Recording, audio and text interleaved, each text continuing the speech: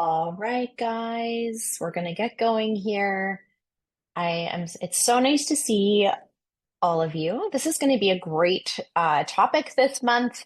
Um, we're covering the discussion around nutrition and co-management with patients who are on GLP-1 receptor agonists or GIP medications. I'm really excited for us to have this conversation, as I do believe that you are going to be the most important people to support your patients with this particular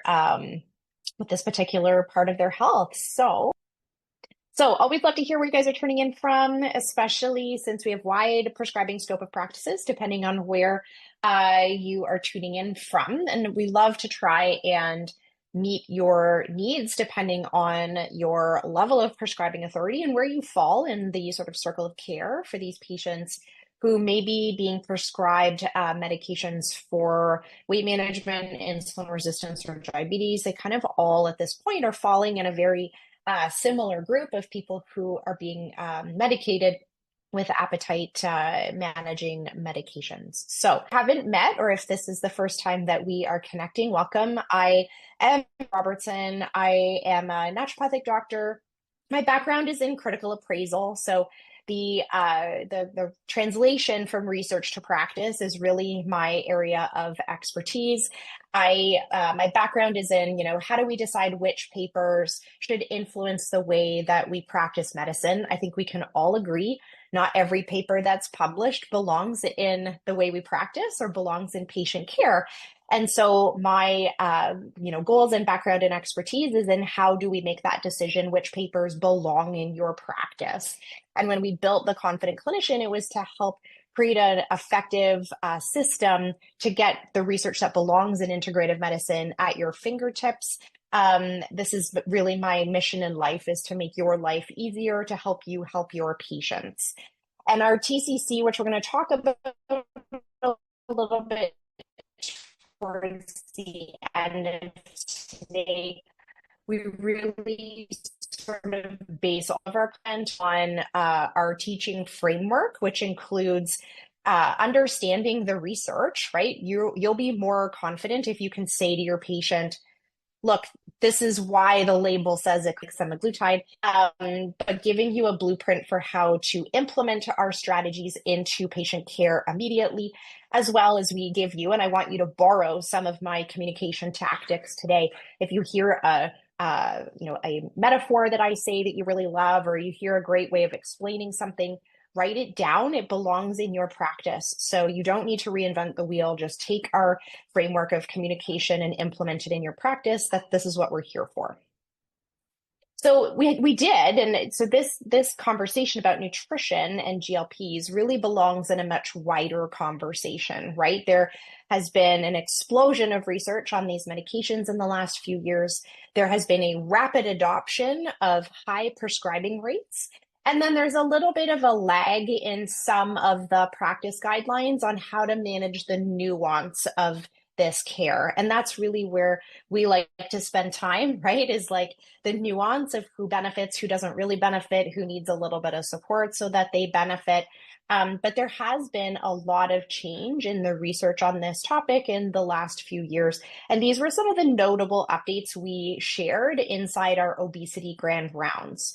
So we had actually covered semaglutide as a topic 2 years prior, when tirzepatide didn't exist, or it was a very emerging medication at the time. And then we updated our community about how to practice with this medication, either as a prescriber or as a co-care person this year. And that's, again, one of our values, is that we're not going to let our information and data age to the point of where it's not useful for you. So we re-updated our clinicians. But we've got some really neat new information and new intel, which we won't dive into today. But if you are still on the fence about the role that these medications will play in the future of healthcare, we now have more data than ever on preventing major adverse cardiovascular events, like hard clinical endpoints that we truly care about in medicine. We know that there's a strong reduction in these MACE events in patients that are using GLP medications. We have more indications. Someone mentioned they work at a sleep clinic. So 22 clinical trials on sleep apnea at this point. We have improvement in from psoriasis to knee pain to kidney function, PCOS. We have a lot of budding indications for these patients. We also are starting to see clearer data on when to start. We know that there is greater benefit in patients who have early intervention versus waiting till they, pass go and finally are classified as diabetes. Patients actually are benefiting if we start these medications earlier. So we've got lots of info that's coming down the pipeline, but from a nutrition perspective specifically, there's still lots to consider, right? We certainly have to wonder if the dietary changes that patients make are substantially different than prescribed medically induced diets and very low calorie dieting that is done in a medical setting. We know that when patients are prescribed these medications, we release them into the wild and ask them to eat as per usual or as per their appetite. And that may, and we have a little bit of evidence to this, may change actually the way that people fuel that is different than when we do medically supervised weight loss. And so if this is an area you've delved into before, you know that most medically supervised weight loss is actually done with medical grade protein shakes or medical grade, supplemented nutrition. And quite often we're compensating for a lot of the challenges of a low calorie diet with these medical grade foods. When we study patients who are on the GLP class meds, we're sending them home without a lot of instruction and without medical grade food supplement for them to eat. So we certainly have to question whether or not those two populations will be a little different. And we maybe have, this is a bit of an assumption, but we maybe have more side effects or collateral damage from the calorie restriction for patients that are given no guidance. We can't just borrow all of the data from very low calorie dieting because we supplement those patients. They may be closer to patients who have bariatric surgery, right? And I'm sure we've all worked with patients that are post-bariatric surgery that have significant nutritional deficiencies. We have very clear guidelines for how to track patients post-bariatric surgery, and those guidelines are not adopted as of yet into patients who are prescribed these medications. So it's a little bit of a better match population-wise, but we haven't borrowed those guidelines over to these patients to say, look, if we shrink appetite by 900 calories per day, they may not be hitting all of their nutritional needs. We should maybe check in on that. That is not adopted at this point. And so you as a listener here should be gaining some ideas about this is a role that I get to play actually in supporting these patients, is supporting good follow-up once patients are medicated. Okay, we certainly have to question whether or not there's change in nutritional pattern, and there's the new study that's published shows there is maybe a little bit of a change in nutrition pattern when we change total caloric intake. Do they eat the same foods but less, or does it change the way that they eat? These are certainly some of our partially unanswered questions at this point. And then how do we meet our goals for patients from a nutrition perspective when caloric intake is substantially reduced? And I have some examples to show you at the end. How do we hit our med diet targets or our protein targets when we're dropping caloric intake by a substantial amount? It certainly raises the question of having to trade the good with the bad when we add these medications into a patient's regime. So these are some of the things that we're going to sort of dive into and talk about today. But certainly, as you can see, this is quite a nuanced conversation that does have quite a bit of complexity associated with it. So if you're left feeling at the end of today you need a little more, unsurprising, because this is a complicated topic that is connected to so many other aspects of the way that we support patients. So as an overarching theme here, we do have to remember that all calorie restriction in the absence of resistance training compromises lean tissue. So when you see claims or, we'll say negative press about the GLP meds, about the loss of lean tissue, it's not substantially different than the loss of lean tissue in any other hypocaloric setting, right? The only time we can semi-preserve, and I'll say semi-preserve lean tissue, is when patients combine caloric restriction with resistance training. We generally have a hard time preserving muscle mass in the absence of resistance training. plus or minus protein, right? The resistance training appears to be the biggest influencer at this point. And when we talk later about what happens when people drop their protein intake, resistance training is going to be your fail-safe against the loss of lean tissue. All calorie restriction does have the potential to create nutritional deficiency, especially if patients walked in the door with a particular pattern of nutrition that was maybe suboptimal. We know that patients don't hit all of their nutritional needs, or there are some dietary or cultural patterns that are maybe missing certain nutrients. And if we drop the number of total calories taken in, we're probably compromising on total nutrient intake as well.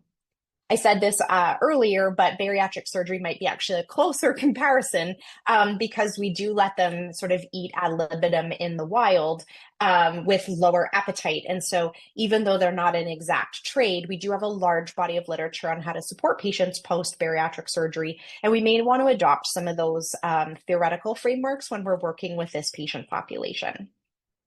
So this is the brand new study. So for all of my TCCers who are in the audience, this is the one that was not published the day that we gave this presentation. It's actually dated for August 2025. So this is a preprint of this particular paper. So it's an interesting one because although it's not perfect, it maybe gives us a little bit of intel about what may be happening to our patients. You may have only worked with one or two patients with these medications, and they may have been your patient prior to being medicated.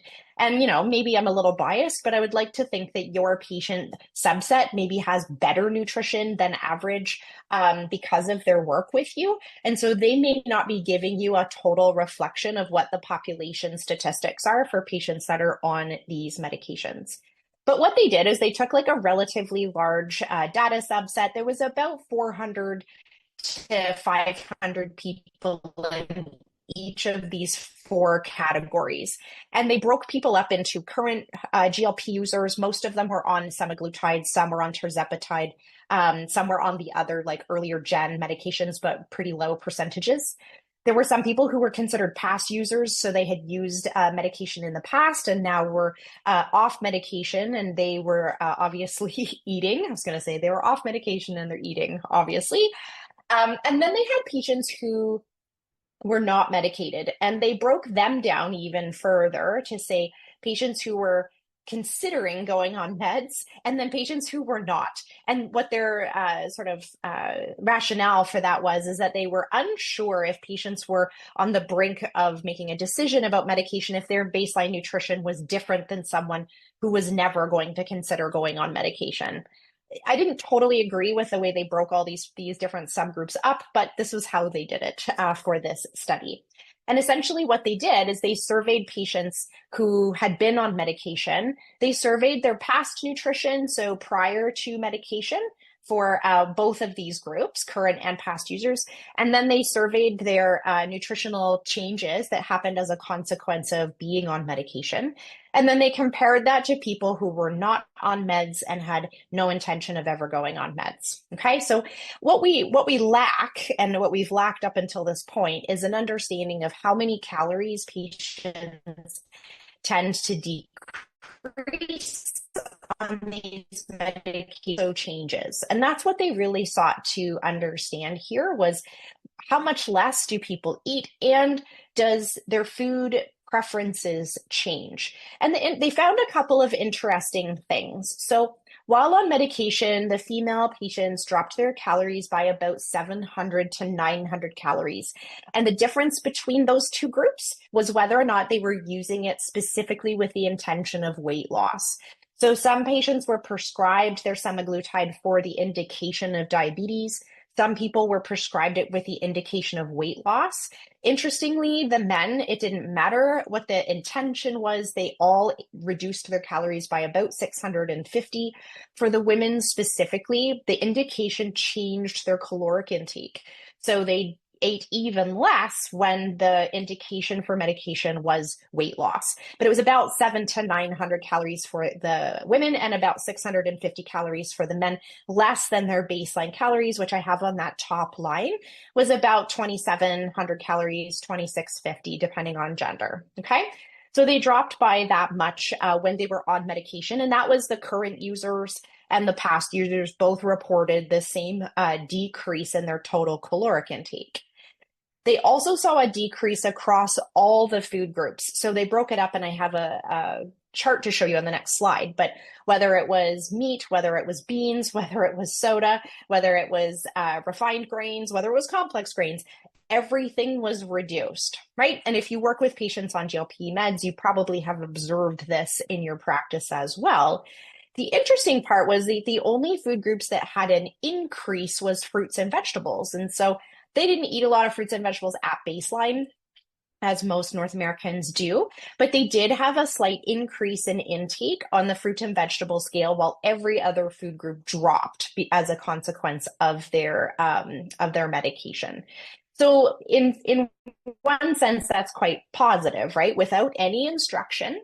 So it's not like they got a pamphlet that says you should eat more veggies, right? They were just prescribed medication.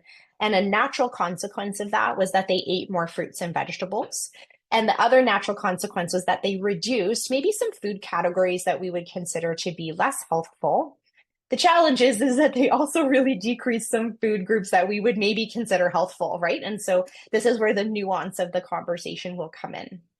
The other really interesting part of this study is that they rated food desirability on top of food frequency. So they were separate. It was like, what did you do, but what did you crave? And they found that the patients on GLP medications, their desire was exactly the same as people who were unmedicated. So they still wanted all of the foods that they decreased, but their behavior was that they decreased them. Isn't that fascinating? So they wanted them, but they didn't have them, but it had no impact on desirability based on the scale that they used for this study. Now, perhaps there's other food desirability scales that maybe if we really got into the depths, maybe they're craving certain foods a little less. They're certainly not acting on those cravings. So something is a little bit different. But it certainly makes me curious about when patients transition off of those medications, that if desirability always remains as high as their pre-medicated state, we may have this consequential weight gain or maybe a lack in change in nutritional pattern when people come off of medication. So a very curious piece. They still want the sweets. They still want those hyperpalatable foods. They just don't eat them while they're medicated. Probably when they're unmedicated, they have less ability to not choose those foods, right? So really quite fascinating. Of course, we need more insight. Like this is just the first study of many, but it does give us some intel around how people experience the change in food behavior, and that it's not driven completely by desirability because they still desired the foods. They just chose not to eat them. The follow-up study that's required here is to understand the disconnect between those two things. Like, how can you want something and not do it? Like, what is happening in the brains of those patients? So really fascinating. So this is the chart that shows the reduction in frequency of those foods, right? So you can see that every food group was lowered, and some are foods that are maybe ones we would want them to have, like nuts, right? And so we did see a decrease in all of those. And it didn't matter whether they were a past user or a current user, their experience was exactly the same when they were on medication. This is another one, okay? And I'm going to stack a few of these papers on top of each other, and then I'll show you what the overall picture looks like right now. So this was a separate one, okay, that was looking at a comparison between patients who were on semaglutide alone, patients who were prescribed a very low calorie diet, so that's what that VLCD means, with pre-medicated shakes, or a combination of both. They were given the semaglutide and they were prescribed the low calorie diet, and they were given the shakes, right, as a meal replacement for two of their meals. And then they were allowed to eat whatever dinner that they wanted, given some guidance on like trying to increase their fruits and vegetable intake, etc. So interestingly is that the semaglutide group dropped their calories, and it was quite like similar to that previous study, right? It was about a 500 calorie reduction in the semaglutide group. The previous study we looked at, there was like around 600 to 700, depending on whether or not you were male or female. And so the calorie drop was about the same. The patients who were prescribed the medically induced weight loss or the very low calorie diet, their calories were significantly lower throughout the study. So there was 600 to 700 calories, depending on if it was semaglutide plus very low calorie dieting or very low calorie dieting alone. And of course, they lost more weight, right? And mathematically, that's exactly what we would expect. So if we cut out more calories per week and then project that over 12 weeks, they lost more weight than the patients who were on semaglutide alone. The part that is interesting here is that we saw a change in the relative percentage of protein intake, whether or not patients were on semaglutide or whether they were prescribed the shakes. And although we actually tracked this out, they ate about the same amount of protein because the semaglutide patients had 18% protein, but they ate more. And then the very low calorie diet, people had 30% protein, but they ate less. And so when we actually calculate that out, it's exactly the same number of grams. This is one of the only papers we have that watches protein intake when patients are on medication. So we need to pull from this what we can. Okay. It's not perfect. It's small, but it's the only one. And so our read between the lines here are a couple of things. One is we can perhaps preserve some protein intake as a percentage of calories if we add shakes, right? If we use medically supervised weight management, if we add shakes to our patients when they're on semaglutide, we can raise the percentage of protein that they're eating because their natural tendency is to drop into about 18% in this patient population with no guidance. And so when we talk earlier about some of the consequences of dieting and low calorie eating, there is a loss of lean tissue no matter what, right? The preservation of that is happening with the combination of resistance training plus protein adequacy. And if their natural tendency is actually to have less protein than is ideal for lean tissue loss, we perhaps want to look at using some kind of medically supportive plan where we're adding protein shakes as they did in this trial to top up or bolster that protein intake because the natural tendency is for them to have less. Couple of other papers here that were just new that I thought were interesting. There is this big discussion around what is the impact going to be on the food industry in patients who are using GLP medications, looking at the selection of different foods. And if we have such a profound group of people that are now not choosing hyperpalatable foods and eating 600 calories per day less, what does that do to the food industry, right? There's a lot of curiosity around that. So this one first paper here, and I just put this one in for interest's sake, and this is a good coaching moment for your patients, is that a quarter of patients do find profound food waste in the couple of weeks and when they start medication. So when we're talking about supporting people with nutrition change, we also want to think about the way it gets incorporated into their life and how we can support them with making sustainable habit change. And patients hate wasting food, right? This would be such a great clinical pearl for you to share with them to say, look, there's going to be big shifts, big swings in your appetite, especially as you get up towards that initial dosing or maybe that therapeutic dose for semaglutide. Patients may not notice the full effect as you're titrating up, but then when you hit that 2.4, we have some evidence that there's a lot of food waste in those first couple of weeks. And is it because of nausea? Is it because of appetite changes? We're not sure. But just a food for thought for them is that there is an acclimatization that may need to happen in terms of food preparedness. And it also is a good reminder for them that if they build their plate the way they always have, and then, eat some of it, what is left on their plate? So if we took a 25% of someone's dinner and we, took a few different 25%, it could either be all the rice or all the chicken. If you ask my daughter, she would never leave all the rice, right? And so for you, as you're starting to think about how you coach your patients, getting some feedback around what was left on their plate after they were done is going to be an incredibly important piece of information because they will say that they made chicken and rice and beets and sweet potatoes with a little bit of goat cheese, right? Which is what I had for dinner last night. But what they left on their plate may be the chicken. And so from a coaching perspective, acknowledging and recognizing that there may be food left over or food waste that happens at the end of a meal is going to help you understand not only what was cooked, but and we had the intention of eating all that food, but like what was actually eaten, because that may change the way that you coach your patients going forward to say, look, if we're unclear about your nausea, start with the foods that like are a non-negotiable, which may, depending on the patient, be the protein and the veg, and then we move to some of the other foods. Okay. The last one there, which was a newer paper, looked specifically at a decrease in high-fat foods and sweet foods in patients. What they weren't really clear about is what happens when patients shift into maintenance phase. And so in this paper, they tracked patients over many years. And so during the initial weight loss that they experienced in the first 6 months, there was a dramatic shift in the choice that people made around food. Their desirability around some of these foods was a little bit lower. They chose them less often. And that effect started to evaporate a little bit at the longer they were on the medication. So as they moved into maintenance, they started to choose the higher fat, higher sweet foods more often again.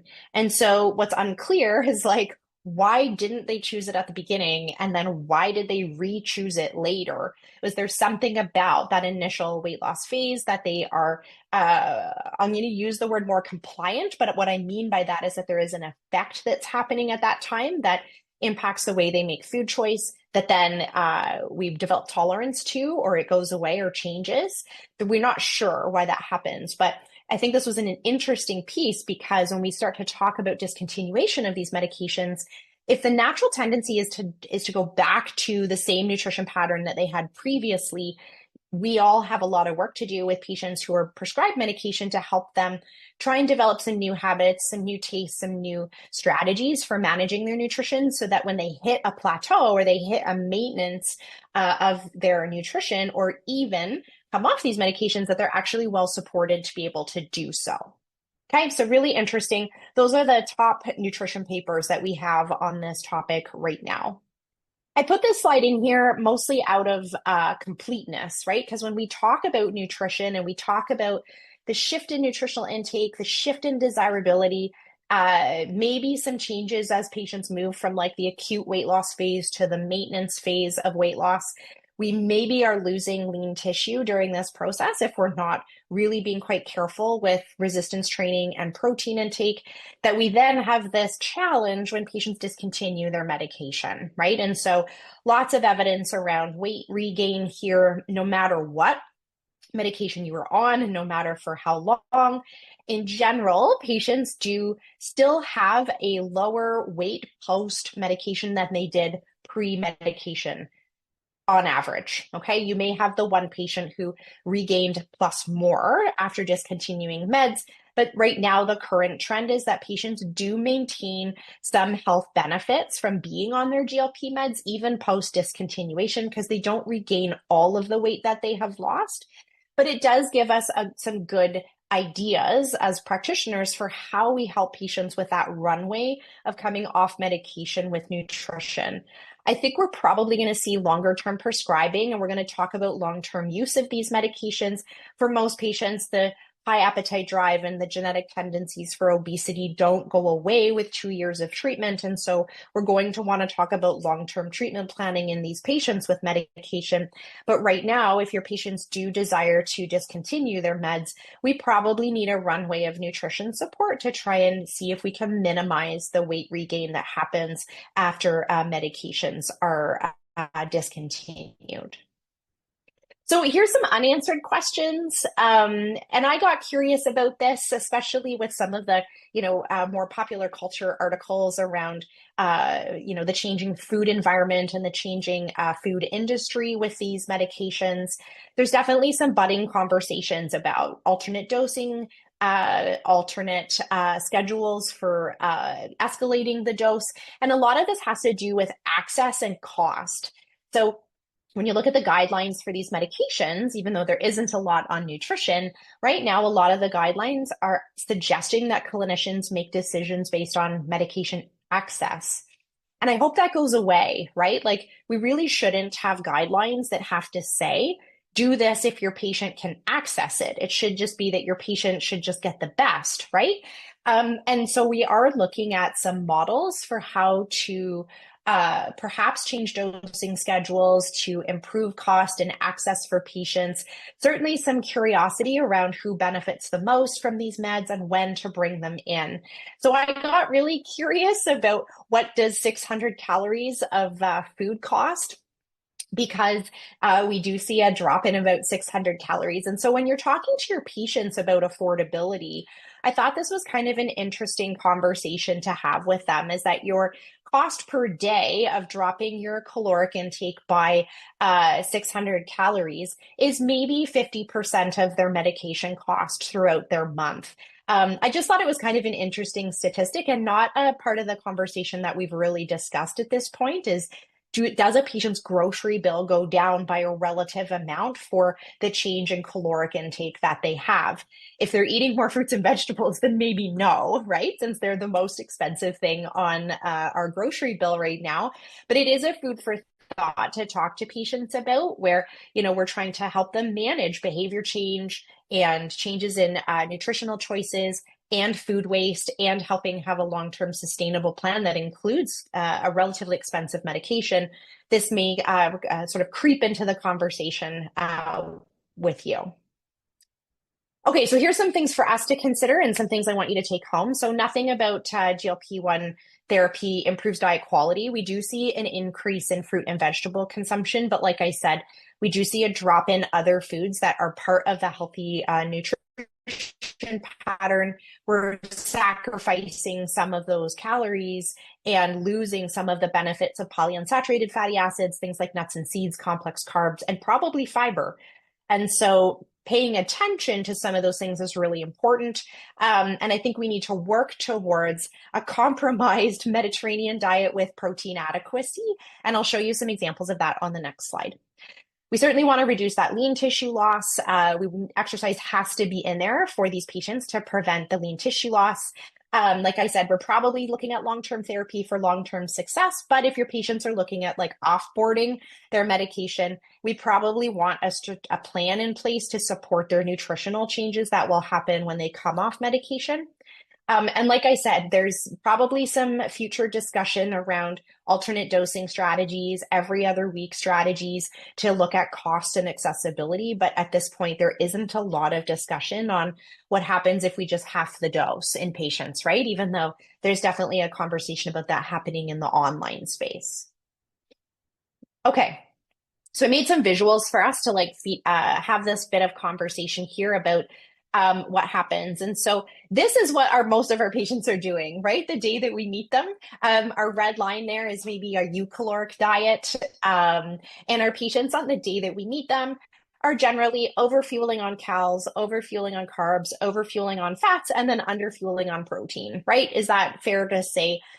Sometimes we'll get the extremist who's, doing keto or carnivore, and they're really overfueling on fats and not on carbs, but this is kind of the standard North American diet. Now, what happens when we just cross the board decrease caloric intake is that we see a decrease in all of the food categories, okay? And you can see, as a consequence there, we have a loss of protein. We saw that in that one trial. If we just let them to their own device without shakes, they dropped their protein percentage down to 18% of their calories. They didn't preserve their protein intake in the face of calorie restriction. Everything came into a hypocaloric state, and protein also decreased. And so we probably want to encourage our patients to focus on protein. The curiosity is, if you use some of our sort of standard formulas, and this is where the nuance comes in, if you use some of our standard formulas for calculating protein requirements, patients are not going to be able to meet those numbers in the face of their new caloric intake with respect to their lowered appetite.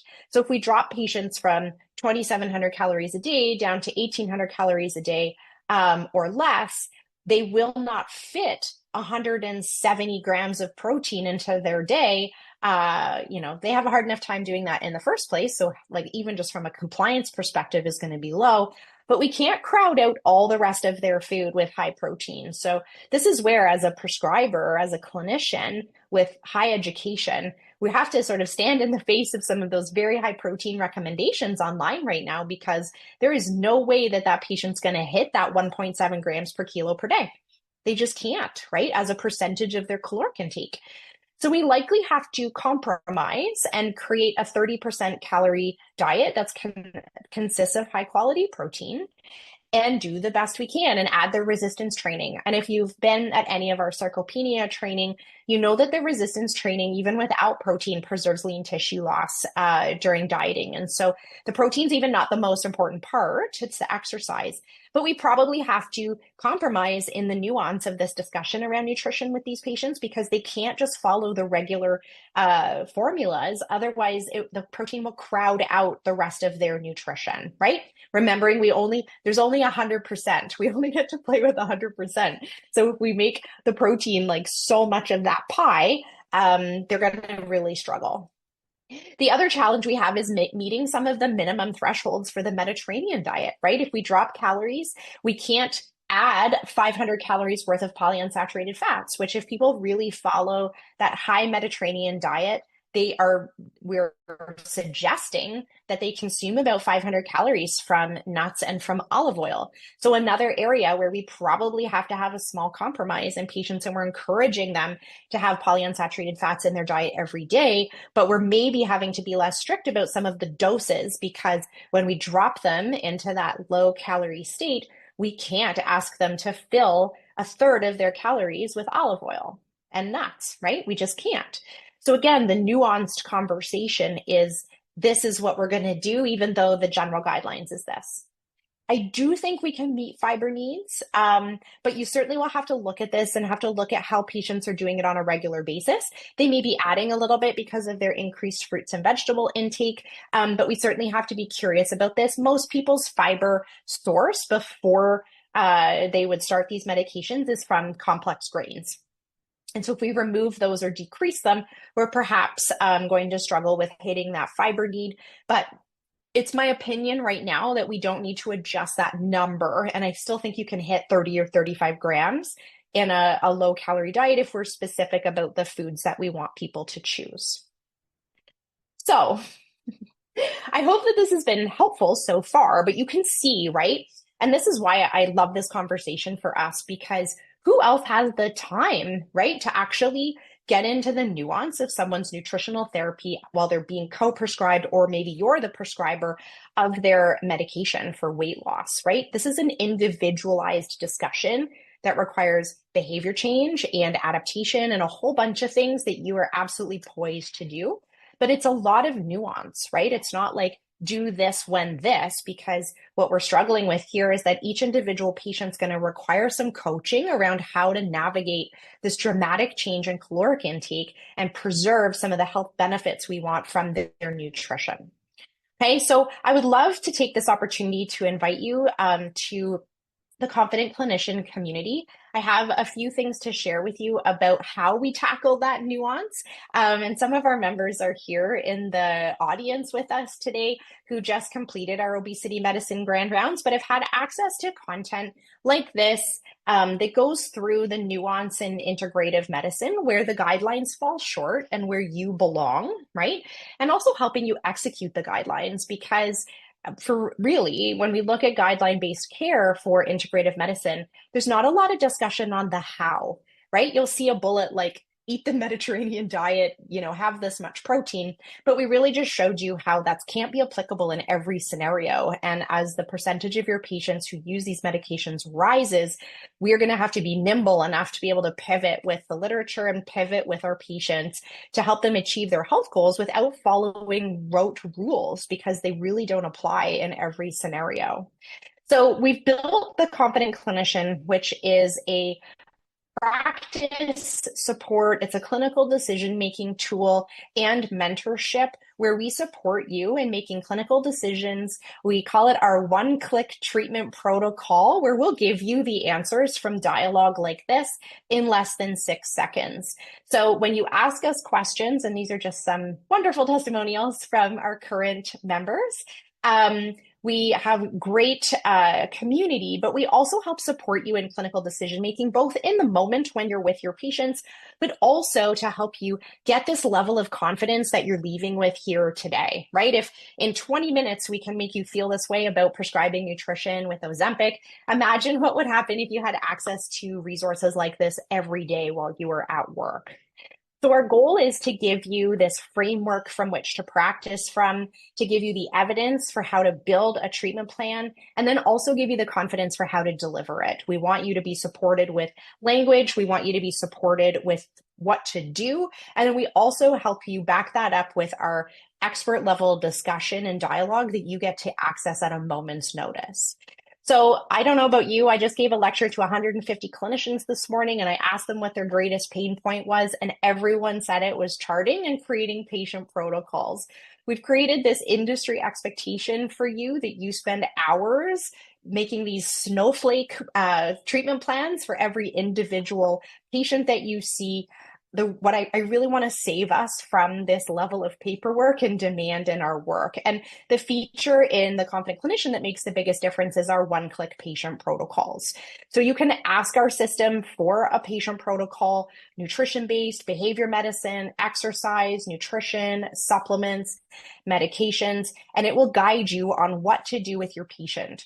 You can also ask it deeper questions and say, why is turmeric the best thing for arthritis? And it will show you exactly what the evidence is and why it beats out boswellia and how to make that decision for your patient if you need to decide between the two.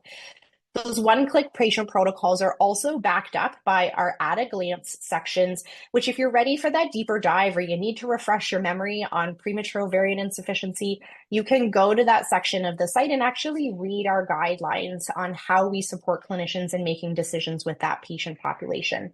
It gives you the lab work, it gives you everything that you would need, that practice in a box kind of feel, so that you can actually deliver care with like the ultimate confidence. We also know in our industry that there is a lack of mentorship. And if you are a prescriber, you're sitting in your office wondering if you've done the right thing, or if you're not a prescriber and you want to reach out to the doctors in your community, but you would love to know if someone else has done that too, we actually are able to support you with the mentorship inside the Confident Clinician. Every topic is delivered live, just like this. So you have the opportunity to ask questions, you have the opportunity for dialogue. And then when you search the content later, you're actually searching our conversations. So it gives you that language and gives you the nuance for how to make decisions. Again, nothing we do in our medicine is a bullet point. There's always an exception to the rule, and there's always nuance to every decision we make. But we offer all of our training live initially, and then it's backed up into our knowledge base and allows you to dialogue with it so that you develop confidence and you're able to look things up while you're sitting with a patient. Our community has 800 doctors in it, and our vibrant Zoom chat is some of the best parts of being in the Confident Clinician, where members support each other, but they also ask the question that you're thinking too. So you get the level of support that you need when you show up live to those calls. Certainly not mandatory to come to calls. If we say this isn't school, some of our information is there just in time for when you're ready to learn more about a particular topic. But we do have the option for you to tune into the topics and calls that mean the most to you in your practice so that you can leave with the kind of confidence we're leaving you with today.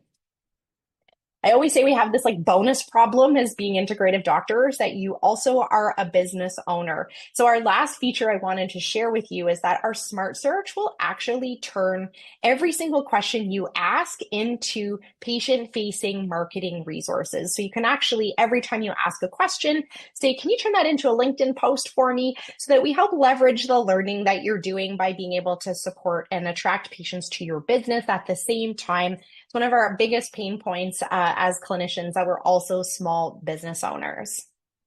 So how do you join Confident Clinician?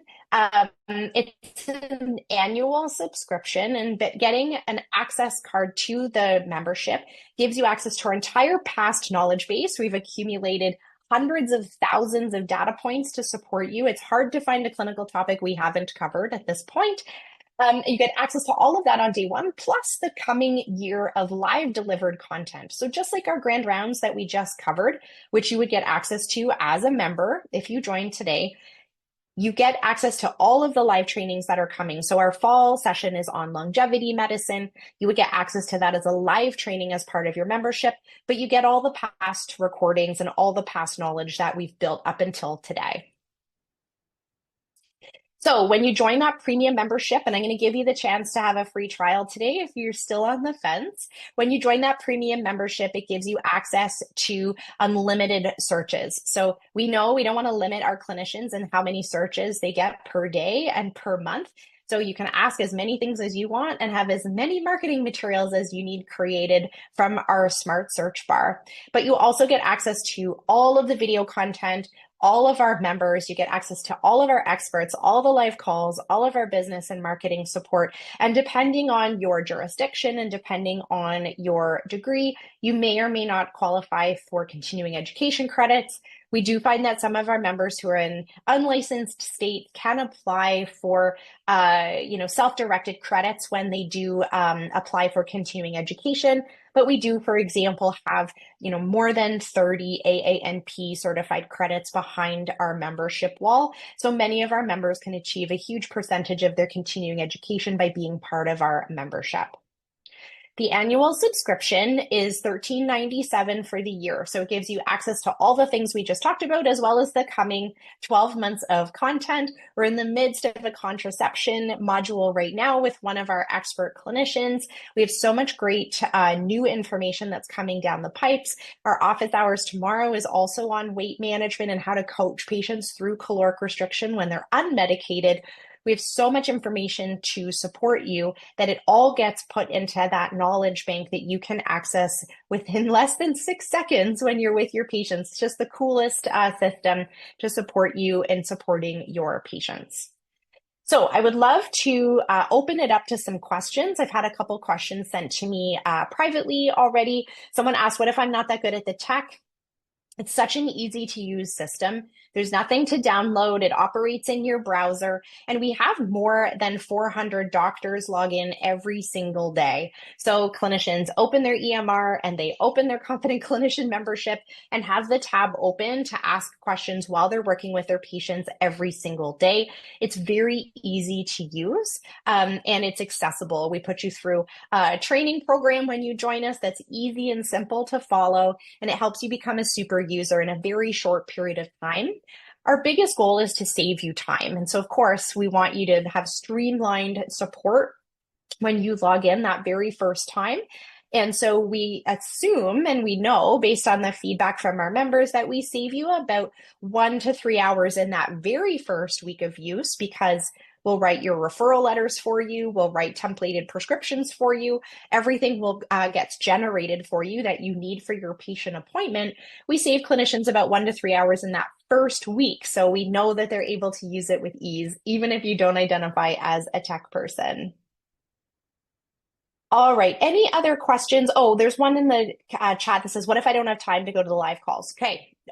This is in school, right? This is adult learning. You can come to the live calls that make sense for you. We always want people to be there just because we love supporting you in real time. But what many of our members will do is they subscribe to the call calendar and then they come to the calls that make the most sense for their practice. We want you to get the most out of those live interactions possible, knowing that everything else gets stored in the knowledge base when the call is completed and it's uploaded within a minute. So when the call is over, it gets uploaded to the knowledge base and you are able to search that call within a minute of it being uploaded. So when new information is published, when we add new information, we just updated our rheumatoid arthritis section.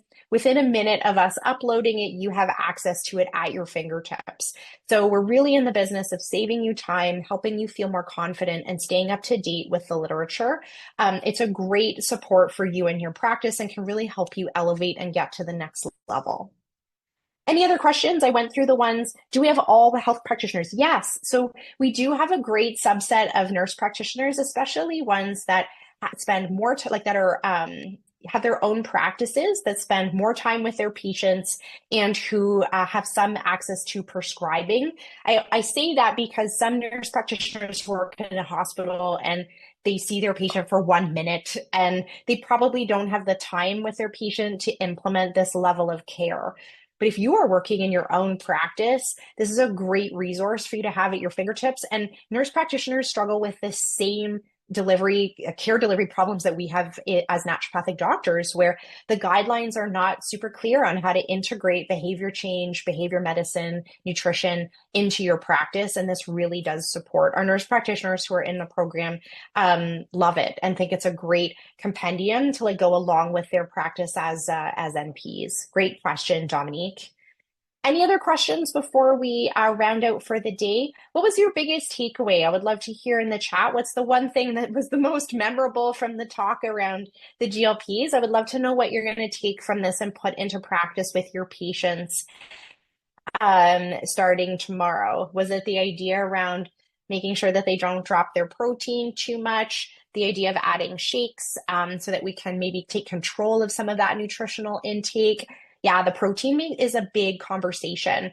Thinking even about the way we deliver information about Mediterranean diet or some of the other recommendations we make, even that calorie number is not something that's been totally clear to us before, how many calories patients decrease when they're on these medications.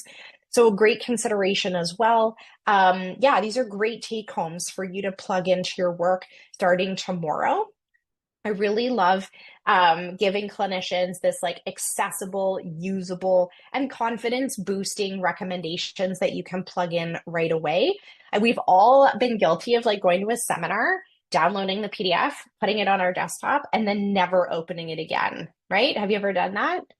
We've all done it.